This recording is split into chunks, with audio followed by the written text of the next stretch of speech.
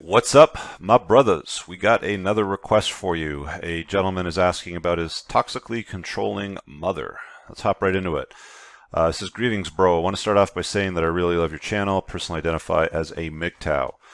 For those of you that are new to the acronym, it stands for Men Going Their Own Way since 2012 and has been watching many of those videos since. Your videos, I would say, are, in my opinion, better than any of the channels that I've come across. Thank you. I try to offer solutions that actually work. I mean, the difference that I see is really, I agree on the observations, it's just the solutions I don't tend to agree with for the most part.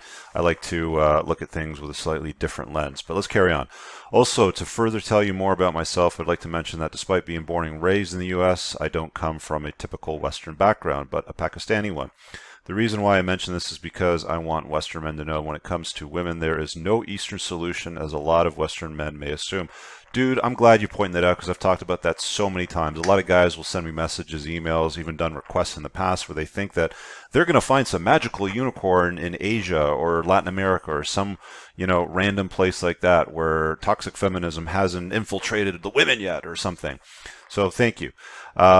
Anyway, you want to talk about Western women. As a result, I will be using my own mother's relationship with my dad later as a beautiful example to illustrate this. I don't want anyone to get me wrong. I love my mother to death, but always will. Problem is that I honestly never knew how much of a source of problem she was to become in my life later on, hence why I began mentioning the issues. Okay, cool. So we've got some frame around here. First off, she's very overbearing and constantly dominates my life to an unhealthy extent. This has been resulted in me being extremely limited in terms of where I go and when I go, since I'm scared to defy her. She won't even allow me to walk a few blocks away from home to the nearest 7-Eleven for a Slurpee. How old are you, man? Okay, hopefully we'll find out this in a second. This is the biggest reason for one of the biggest reasons why I'm not able to expand my network from new relationships to get in touch with people I have known many years. Okay, I wish I could meet new people in order to get potentially better relationships from the one that I have currently in my life. I mean, I love the friends that I have and made in college, but still hang with them once in a blue moon. The problem is I find myself overall smarter than them and perceive them to be unbearably stupid beyond words at times. I hate describing them in such ways, but it's true, hence why I don't flock to them like I used to in the past. Well, my friend, first thing I'll say is they have the ability to maneuver, which you don't. If your mom's running your life where you can't even go to a 7-Eleven for a Slurpee, they've got something that you haven't had or haven't been able to have. Now let's keep going because I assume that this story builds. Furthermore, I know by meeting new people I will also have more access to resources and finding more ideal job opportunities for myself, and enabled me to get out of the retail job that I hate with a passion. Luckily for me, I have an uncle who's currently providing me training in his accounting clerk position, and although I appreciate what my uncle is doing for me, I am still having more options on the table. Okay, still prefer having more options. Let's go back to mom. So mom has also played a very critical role in why I had to forego job opportunities that came my way because she did not approve of them. This played a critical role in creating my well, why are we not talking about dad yet? Where's dad in this picture? How come he's not the head of the household here? Anyway, this played a critical role in creating my long-term unemployment gap after I graduated from college with a bachelor's degree in 2013. There's also literally moments where I could not apply to these jobs because of deep hopelessness that my mom would not let me attend interviews for these jobs. I hate to say it, but my inability to stand up to my mother has effed me up so badly now that I am a 32-year-old, so you're 32. A 32-year-old man constantly working in a retail cashier job in Safeway. Dude! Okay. Since 2017, despite having a bachelor's degree in economics, unfortunately my dad has it worse since he has been very henpecked and she overpowers him overwhelmingly in a manner that's worse than me.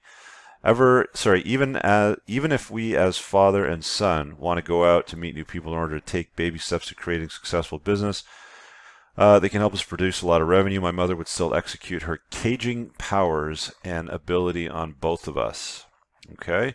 My dad has always been the sole provider for the family. Importantly, for the past 3 years, he has been laid off. Interesting. The only thing maintaining us as a family is revenue from rent that my parents are able to collect, combined with the revenue I get from Safeway. As a result, my dad, like me, also wants to be able to network with as many people as possible in order to prove the quality of the source of income, but nevertheless gets overpowered by my mother and told to stay put. For example, there are meetup groups that my dad would like to attend for business networking, but yet my mom says no. Oh boy, I know what this needs. I can see where this is going. On one hand, my mom loves money, yet on the other hand, she wants to cage her husband and son as much as possible. Apparently, this is not only contradictory behavior I've seen in her. On top of that, she also has a history of verbally beating my dad down till this day for things that happened decades ago and never letting go. Despite how much overwhelming control she has in the house, how she never had to work a day in her life, how she managed to even hire a housekeeper that would help her with cooking and cleaning in the U.S., yet she still plays a victim card. Dude, it is time to lovingly fire your mother. I'll get into that a little bit more.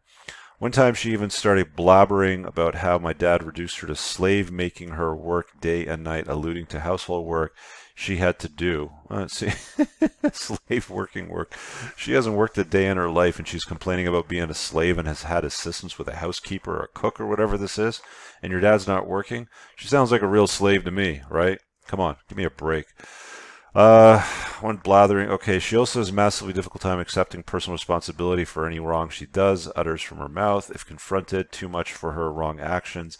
She even threatens that she'll go back to Pakistan to her father. Good, let her go, man. And my dad falls into her blackmail. Honestly, I am convinced now that if my dad was not so yielding in their marriage, would have been ended. Okay.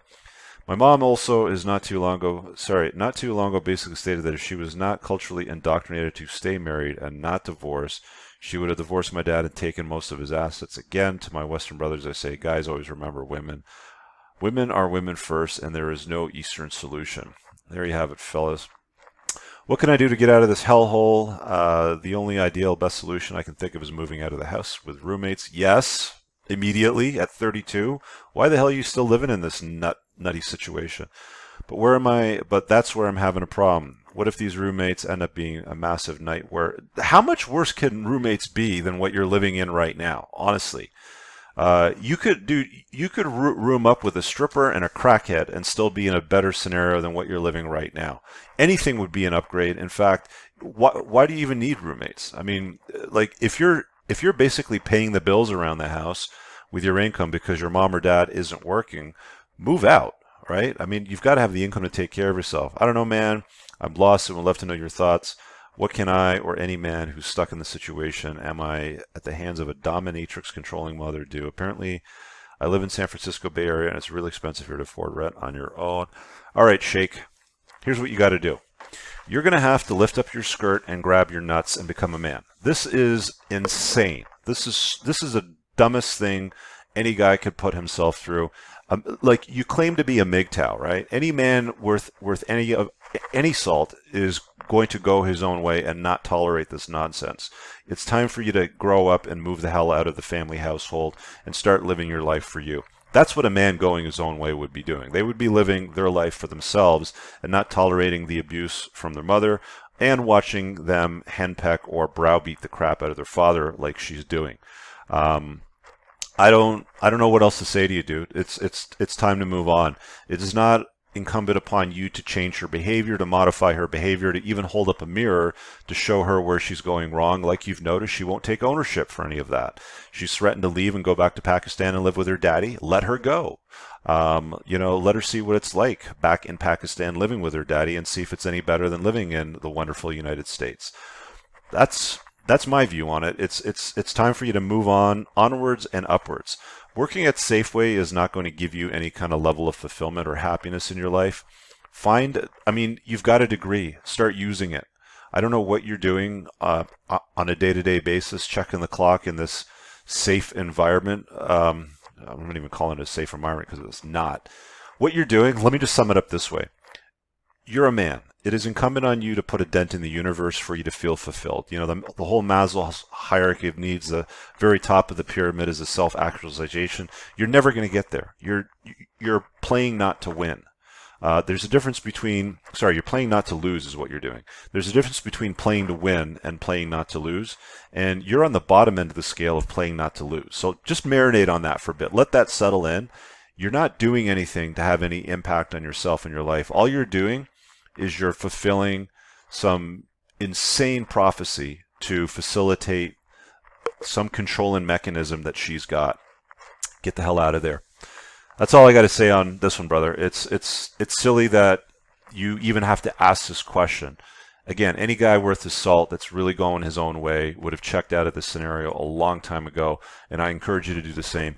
Like I said, even if you had to take on roommates and one was a stripper and one was a crackhead, you'd be in a better environment than where you're living right now. At least it gives you the flexibility and the opportunity to maneuver and move, go to places and environments that you're not going to be judged or criticized for your choices.